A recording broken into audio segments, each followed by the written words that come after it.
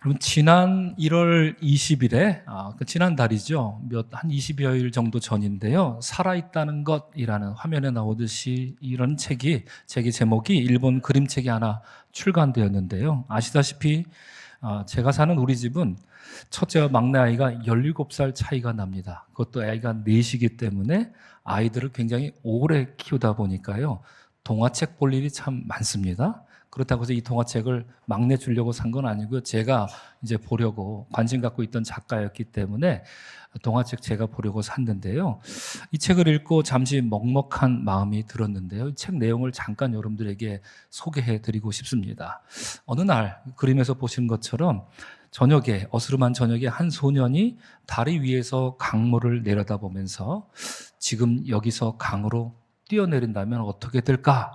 하는 이런 끔찍한 생각에 골똘해 있었던 겁니다.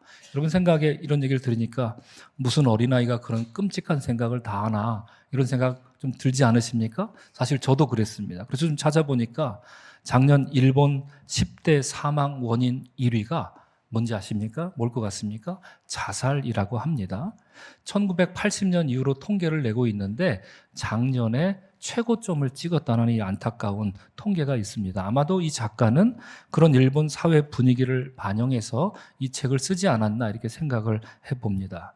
이처럼 소년이 다리 위에 있을 때 때마침 남루한 옷차림의 한 아저씨가 소년 옆에 와서 말을 겁니다. 뭐라고 그러냐면 너 강을 좋아하니? 너 다리를 좋아하니? 하지만 소년은 대답하지 않습니다. 사실 이 소년은 지금 여러 가지 이유로 몹시 마음이 아프고 상해 있었는데요. 이 책 내용에 보면 훔치지도 않았는데 너 책 훔쳤지? 이렇게 어른한테 꾸지람을 받아서 친구들 앞에서 창피를 당했던 겁니다. 또 학교에서는 친구들이 자기를 왕따시키고 자기 옷을 이제 함부로 막 버리고 학원 폭력에 시달리고 있었던 그런 소년이었던 거죠. 이렇게 가만히 말없이 가만히 있는 소년에게 아저씨가 가서 또 이렇게 말합니다. 호수를 본 적 있니? 뜬금없이 말이죠. 호수를 본 적 있니? 하고 물으면서 네가 배가 고플 때, 울 때, 숨이 차도록 달릴 때, 화가 날 때도 너에게는 너만의 호수가 있단다. 이렇게 다정하게 말합니다. 갑작스러운 말에 이게 뭔 소린가? 무슨 소리지? 하고 소년은 어리둥절하고 있는 그 소년에게 아저씨는 마치 자기가 한 말을 증명해 보이려는 듯이 화면에 보시는 것처럼 양손으로 이렇게 귀를 가만히 막으면서 한번 여러분 해보시겠습니까? 귀를 가만히 한번 막아보시기 바랍니다. 그렇죠. 예, 막아보시면 이렇게 말하죠. 멀리서 물소리가 들릴 거야. 여러분 이런 장난 저도 어렸을 때 많이 해본 기억이 나는데요. 이렇게 고동소리, 소라, 바다에서 나는 그런 소리가 막 이렇게 들리죠. 멀리서 물소리가 들릴 거야 이렇게 말합니다. 소년은 아저씨가 보여준 그 행동을 무심코 따라하면서 피식 웃고 말지만 아저씨가 그 말하고 이제 훌쩍 떠나버립니다. 떠난 다음에 그 동작을 자기도 모르게 따라서 반복하면서 정말 무슨 소리가 들리는 것 같네? 이렇게 생각을 했다는 겁니다. 아저씨는 소년에게 다가가서 두 가지를 보여줬습니다. 두 가지를 행했습니다. 그게 뭡니까? 첫 번째로는 말로 다가갔습니다. 너 강을 좋아하니? 너 다리를 좋아하니? 이렇게 말로 물었던 거죠. 그리고 두 번째는 말에 이어서 행동으로 다가가서 소년을 위로하고 격려했던 것입니다.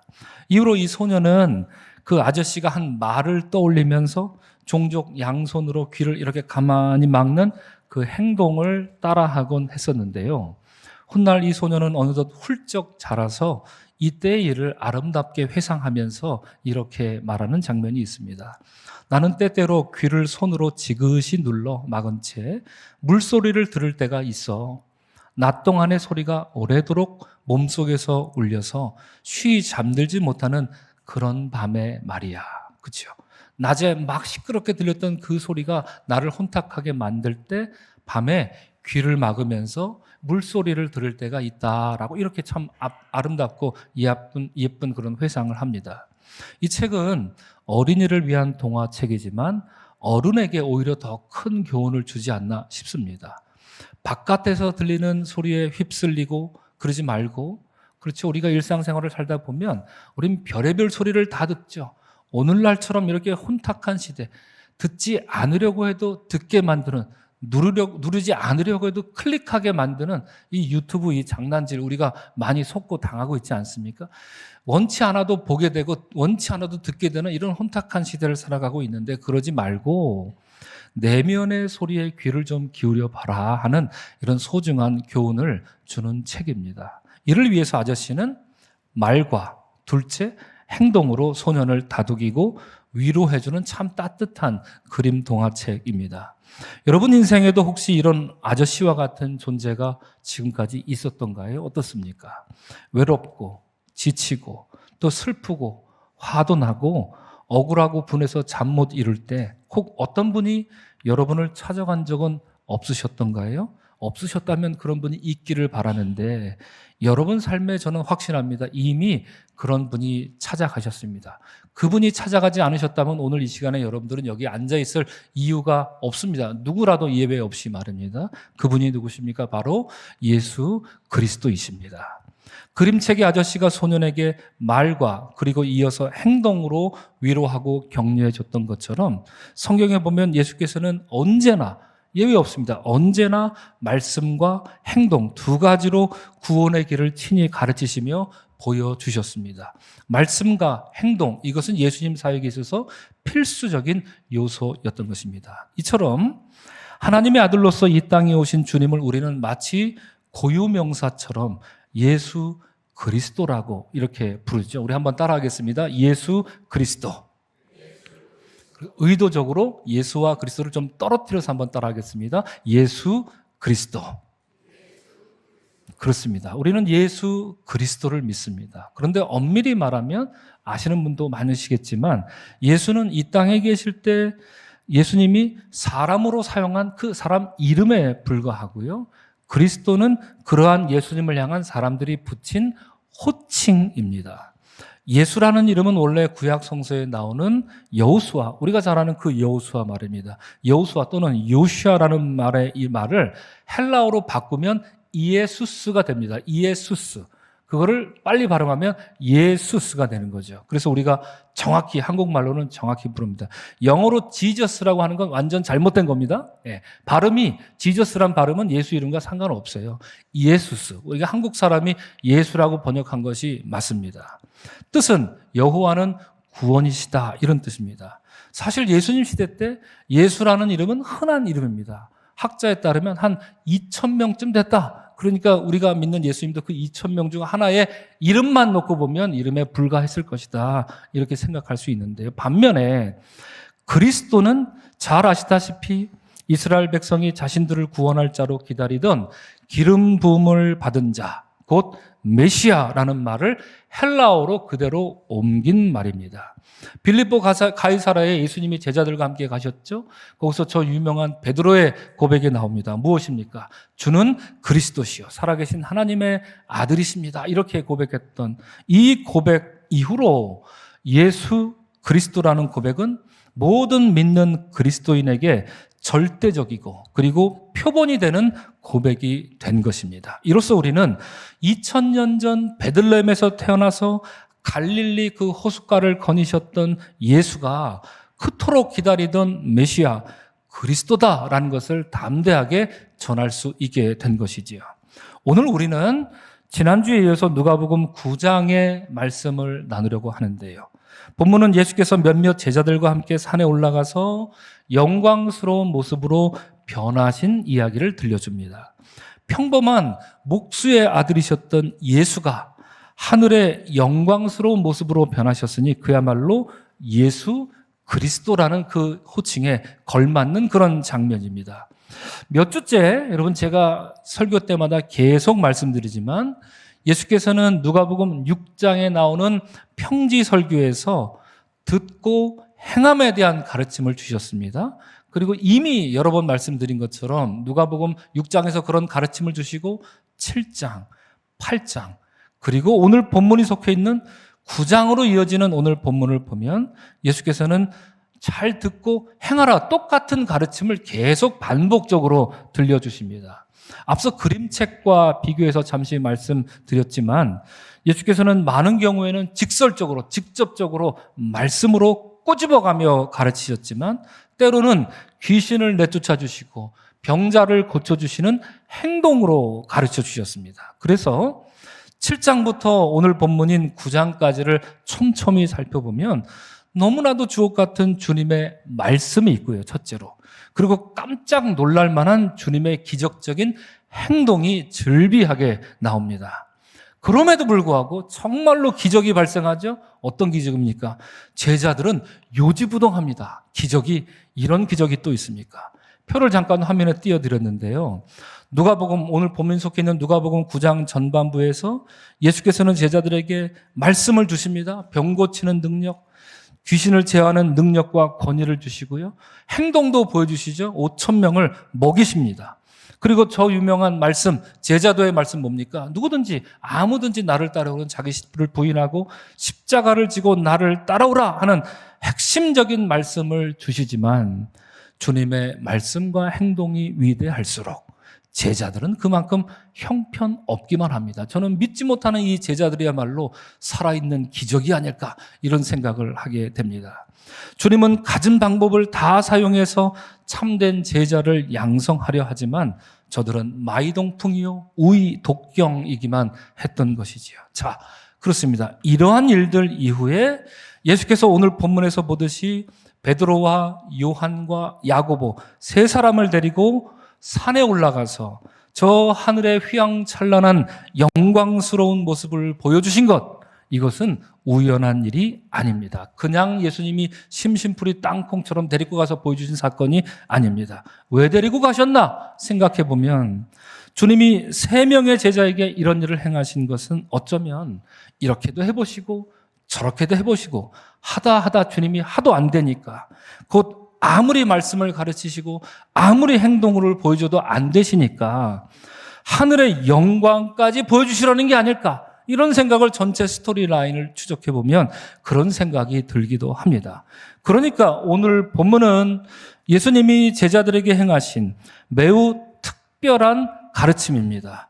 12명 전체를 데리고 가기 좀 뭐 하시니까 그 중에 3명만 골라서 산에 가서 행하신 산악 특수 훈련, 그것이 오늘 본문 말씀입니다. 이런 눈으로 본문을 읽으면서 우리가 주목해야 될 것이 참 많이 있는데 그걸 다 말씀드릴 수는 없고요. 그중에 저는 여러분과 3가지만 나눠보려고 합니다. 첫 번째로 본문에 보면 예수께서는 앞서 말씀드린 것처럼 아무든지 나를 따라오르거든 자기를 부인하고 날마다 자기 십자가를 지고 나를 따르라 하는 특별한 가르치심을 주신 지 며칠 만에?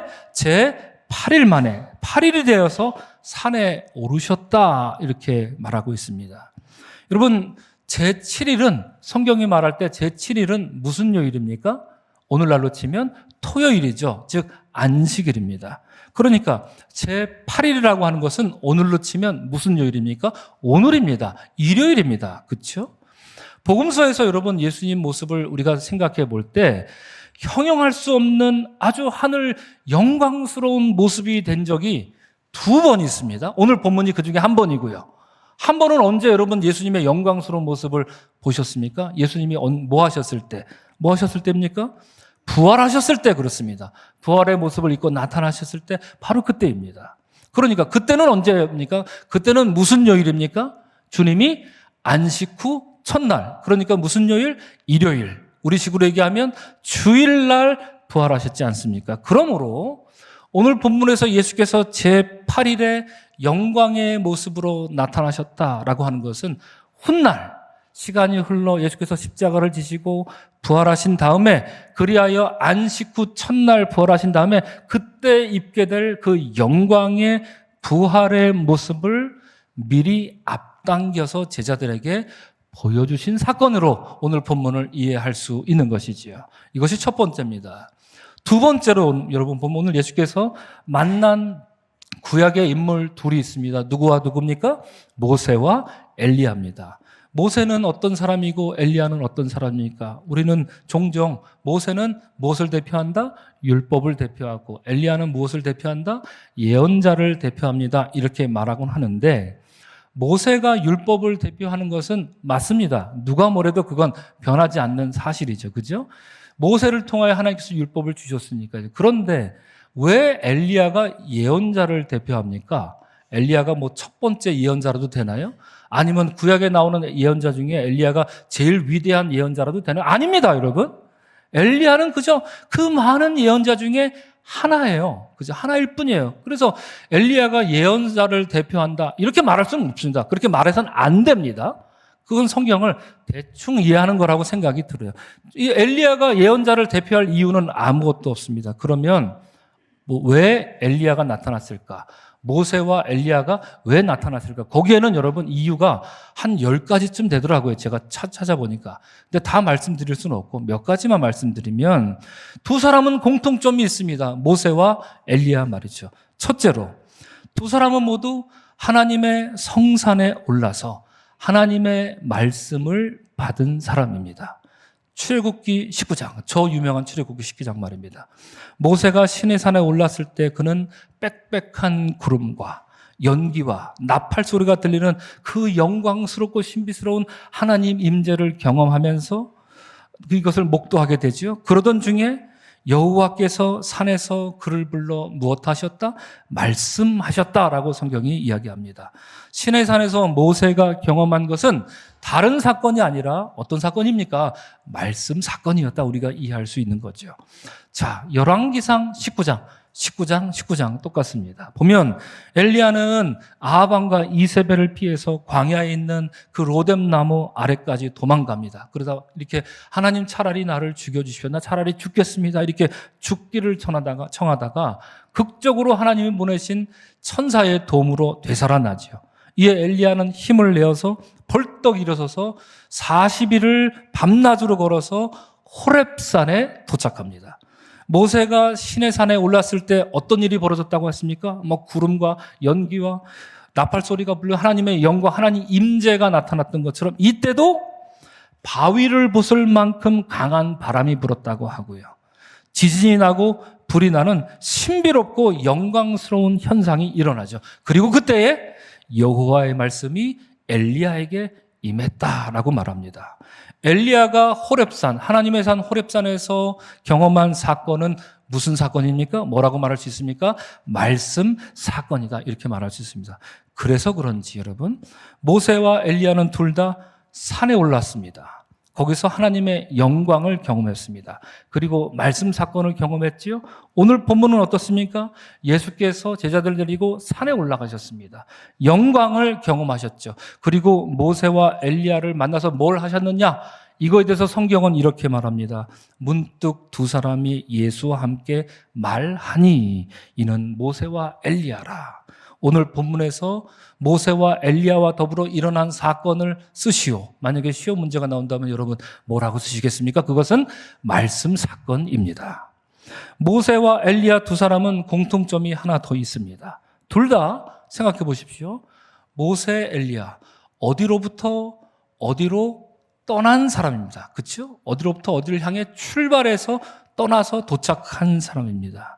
모세는 어디서부터 어디로 떠났습니까? 출애굽기가 말하는 것처럼 그는 애굽을 떠나 약속의 땅, 하나님이 약속하신 그 땅 가나안으로 들어가려고 출발한 사람입니다. 우리는 그것을 뭐라고 부릅니까? 출애굽, 영어로 엑소더스라고 부르죠. 그의 최종 목적지는 다시 말씀드리면 하나님의 약속의 땅 가나안이었습니다. 자, 그러면 엘리야는 어디에서 어디로 떠났습니까?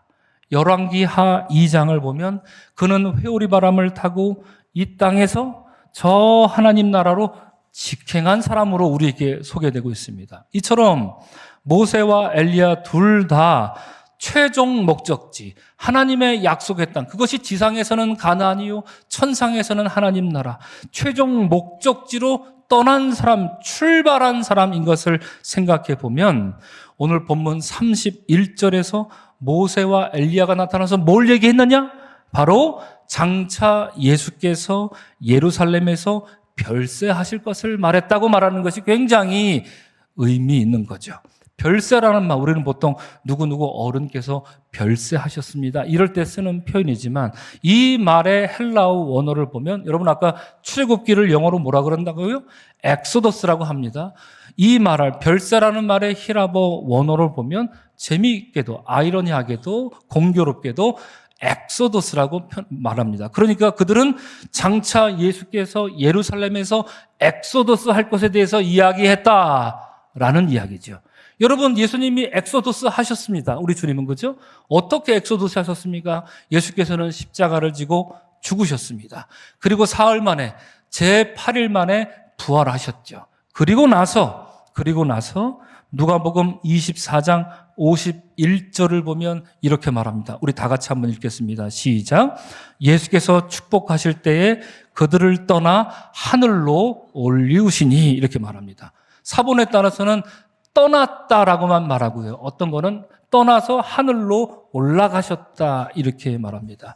주님이 최종적으로 지상에서 떠나서 출발해서 도착하신 곳은 하나님 나라였습니다. 곧 우리는 그것을 승천이라고 말하는 것이죠. 그러므로 모세, 엘리야, 예수님 다 어느 한 곳에서 어느 한 곳으로 목적지, 하나님 약속하신 최종 목적지를 향해 출발해서 떠나서 도착한 인물들이었던 것입니다. 자, 그러면 여러분, 오늘 본문 살펴보면 세 번째로 오늘 우리가 제자들의 모습을 보면 이 제자들의 모습이 어떻게 묘사해야 될까 생각하다가 저는 이렇게 한번 묘사해 봤습니다. 이들은 한 발 늦는 제자들이었다, 이런 생각이 듭니다. 이 표현이 적절한 표현인지 어떤지 설교를 준비하면서 참 많이 기도하게 되더라고요. 한 발 늦는 제자들입니다. 어떤 말씀일까요? 여러분, 설교 처음에 말씀드린 것처럼 본문에서 예수께서 제자 셋을 골라 산에 오르신 것은 이유가 있었습니다.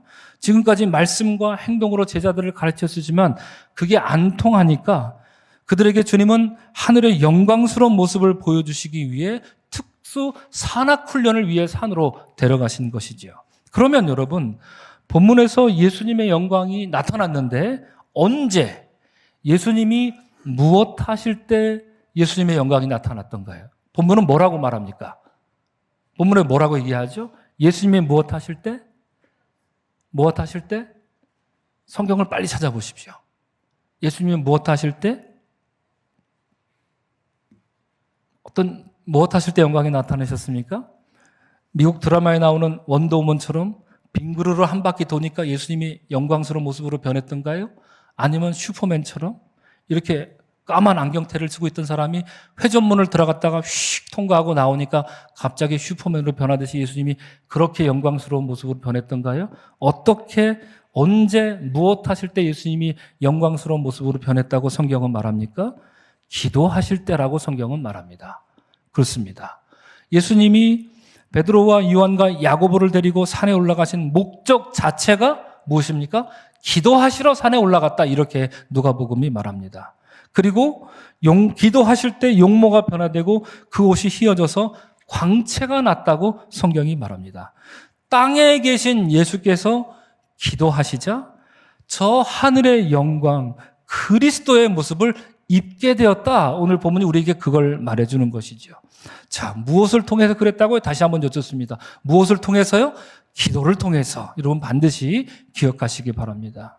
그러므로 저는 이렇게 한번 문장을 만들어 보았습니다. 기도란 무엇일까? 오늘 본문에 따르면 기도는 이 세상에서 저 세상으로 넘어가는 유일한 비밀 통로다. 이렇게 한번 정의를 내려보았습니다.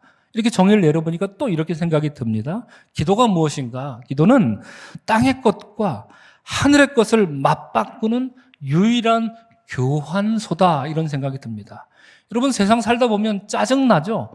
그 짜증 그대로 갖고 사실 겁니까? 아닙니다. 기도하십시오. 그러면 하늘의 것이 그 짜증과 뒤바뀔 거라는 얘기죠. 그런 유일한 장소, 어디 가서 바람 쐬고 온다고 달라지는 것 없습니다.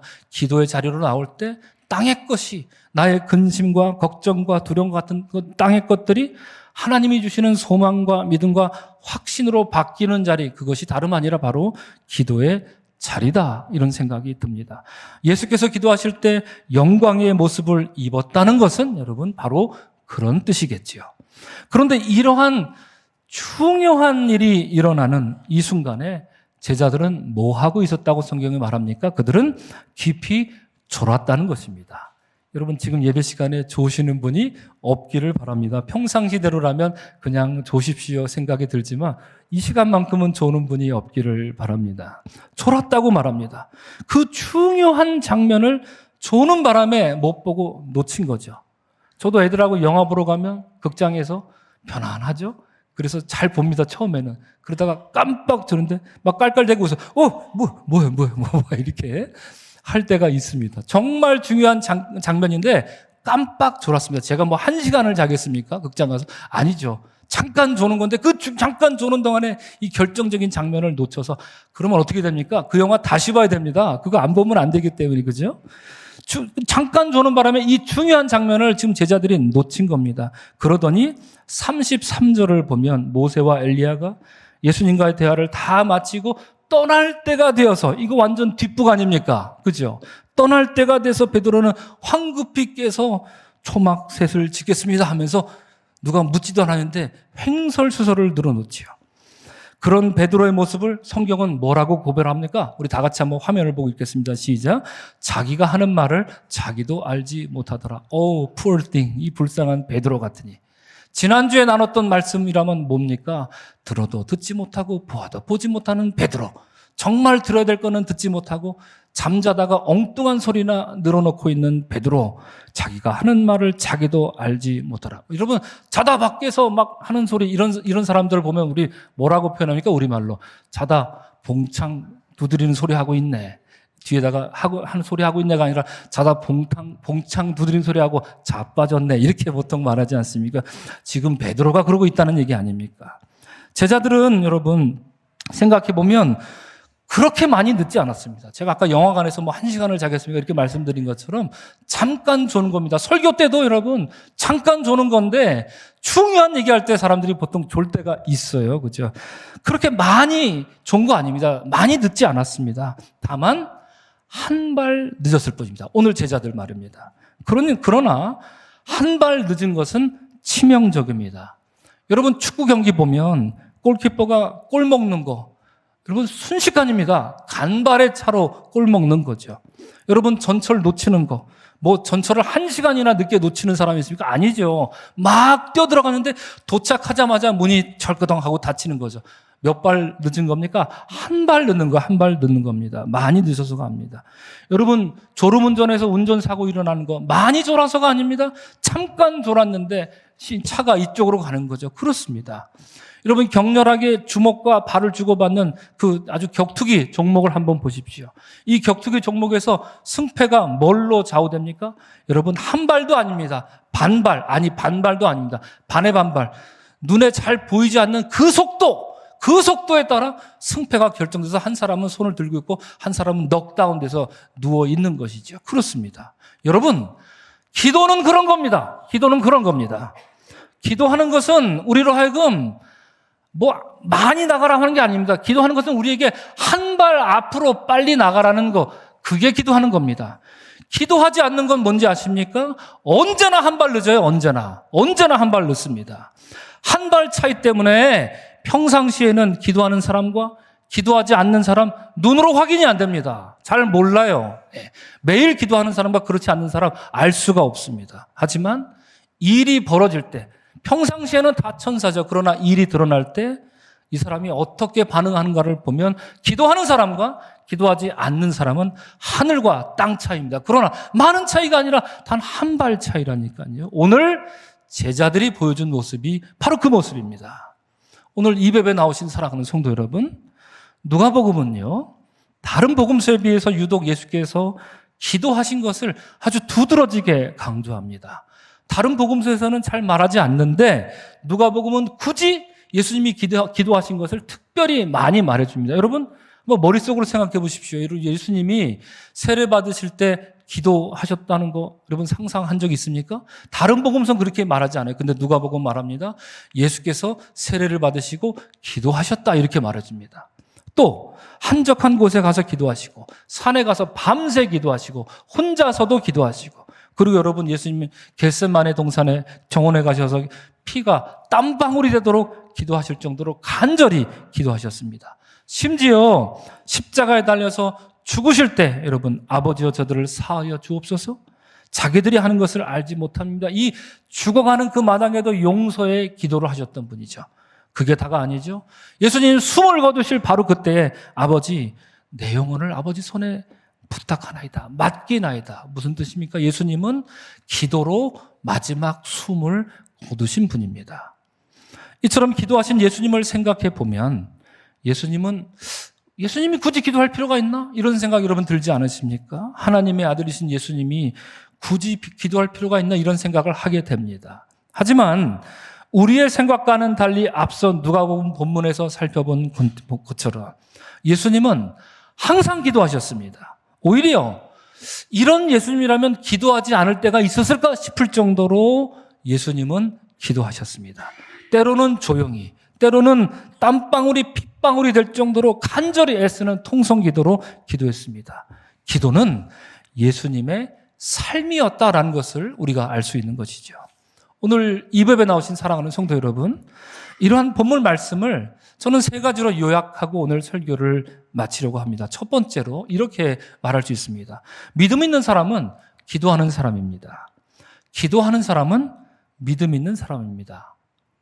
여러분, 기도하지 않으면 믿음이 없는 거란 얘기죠. 근데 제 말이 아닙니다. 종교개혁가 존 칼빈이 이런 말을 했습니다.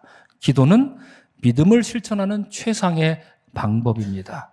우리는 이것을 통해 매일 하나님 은혜를 받습니다. 이렇게 말합니다. 믿음 있는 사람은 여러분 즉흥적인 기도 이런 걸로 만족하지 않습니다. 우리 보통 이런 얘기를 덕담처럼 주고받죠. 기도할게요. 기도하고 있어요. 근데 가만히 생각해 보면 그렇게 말은 했지만 내가 정말 기도했나? 물론 머릿속으로 잠깐 스치듯이 기도할 수는 있겠죠. 그러나 우리는 기도할게요. 기도하고 있습니다. 이런 댓글이나 이런 것들이 습관처럼 돼버린 것을 우린 잘 알고 있습니다. 너무나도 잘 알고 있습니다. 정말로 기도하는 사람은 이런 걸로 만족하고 그렇게 말하지도 않습니다. 믿음 있는 사람은 예수님이 그러셨던 것처럼 기도의 자리와 기도의 시간을 철저하게 구별해서 기도하는 사람입니다. 그러므로 우리는 이렇게 기도하게 됩니다. 오 나의 자비로운 주여 나를 붙드소서. 이렇게 기도할 수밖에 없는 사람입니다. 여러분 축복합니다. 여러분 믿음이 있으십니까? 그러면 기도하십시오. 기도 시간을 구별하고 철저하게 주님 앞에 무릎으로 나아가는 것이 여러분 삶의 습관이 되시기를 주의 이름으로 축원합니다. 둘째로 여러분 앞서 말씀드린 것처럼 기도는 무엇이다?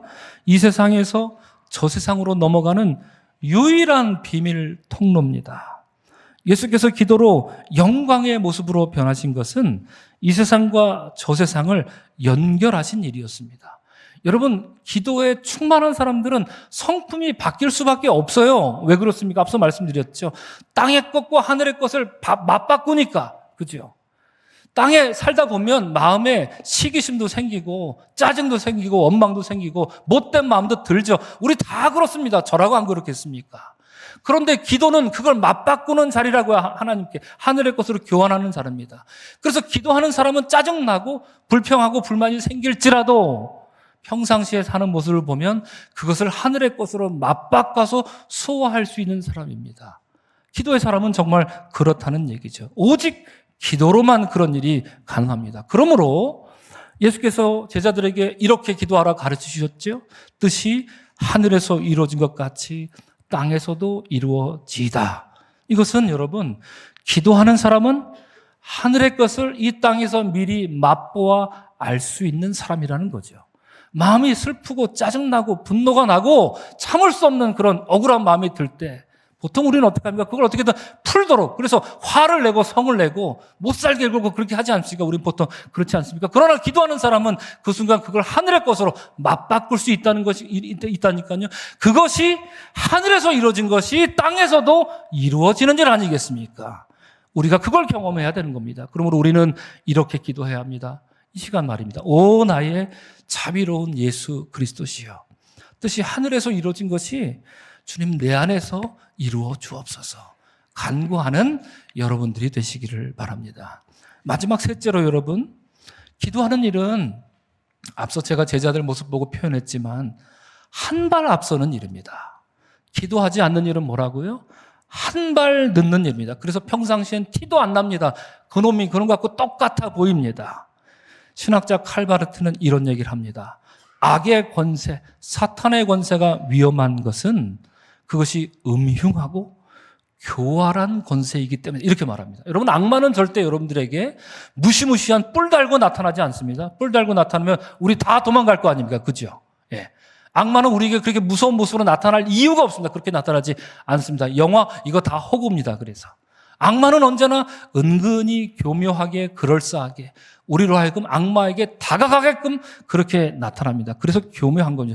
바르트가 그런 얘기를 한 건데요.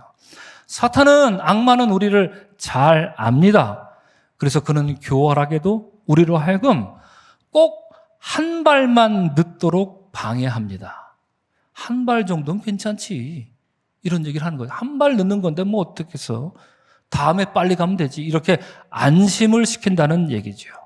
그러나 여러분, 한 발 늦는 것은 앞서 말씀드린 것처럼 치명적인 겁니다. 완전히 놓치는 거죠. 한 발 늦는 것은 우리의 신앙을 허탈하게 만들죠. 전철문이 닫힙니다. 여러분, 한 발만 빨리 왔으면 허탈해지지 않습니까? 그죠? 우리를 무기력하게 만듭니다. 화나고 짜증나게 만들죠. 그러나 여러분, 기도하는 사람은 절대 한 발 늦지 않습니다. 제가 확신합니다, 여러분. 기도하는 사람은 절대 한 발 늦지 않습니다. 항상 기도하는 사람은 항상 이길 만큼 언제나 한 발 빠릅니다. 그것이 기도의 능력이요, 기도의 비결인 것입니다. 기도의 사람으로 아주 유명한 19, 20세기에 살았던 E.M. 바운즈라고 하는 미국 감리교회 목사님이 계십니다. 이분이 쓰신 대표적인 책이 은혜는 기도를 타고 내려온다라는 책이 있습니다. 오늘날 기도에 관한 고전과 같은 책인데요. 제목을 여러분 유심히 보시기 바랍니다. 예수께서 기도하신 것은 땅에서 하늘로 향하는 기도의 사닥다리를 놓으신 것입니다. 이로써 하나님의 은혜는 언제나 바로 그 사닥다리, 그 기도를 타고 이 땅으로 내려오기에 하나님을 향해 놓은 기도의 사닥다리가 끊겨서는 안 됩니다. 예수님이 그러셨던 것처럼 말입니다. 우리가 예수님처럼 기도할 때 비록 나약하고 초라하고 보잘것없는 우리의 일상일지라도 바로 그 일상은 기도를 타고 내려온 하나님의 은혜로 말미암아 하나님의 구원 역사의 장소로 교체될 것이라 믿습니다. 그래야 우리는 이렇게 기도하게 됩니다. 오, 나의 자비로운 예수 그리스도시여, 이 험한 세상에서 나를 인도하소서. 그리하여 주님, 한 발 빠르게 걷게 하소서. 이렇게 기도하고 기도로 승리하는, 기도로 삶이 참으로 변화되는 여러분 모두가 되시기를 주 예수 그리스도 이름으로 축원합니다. 아멘.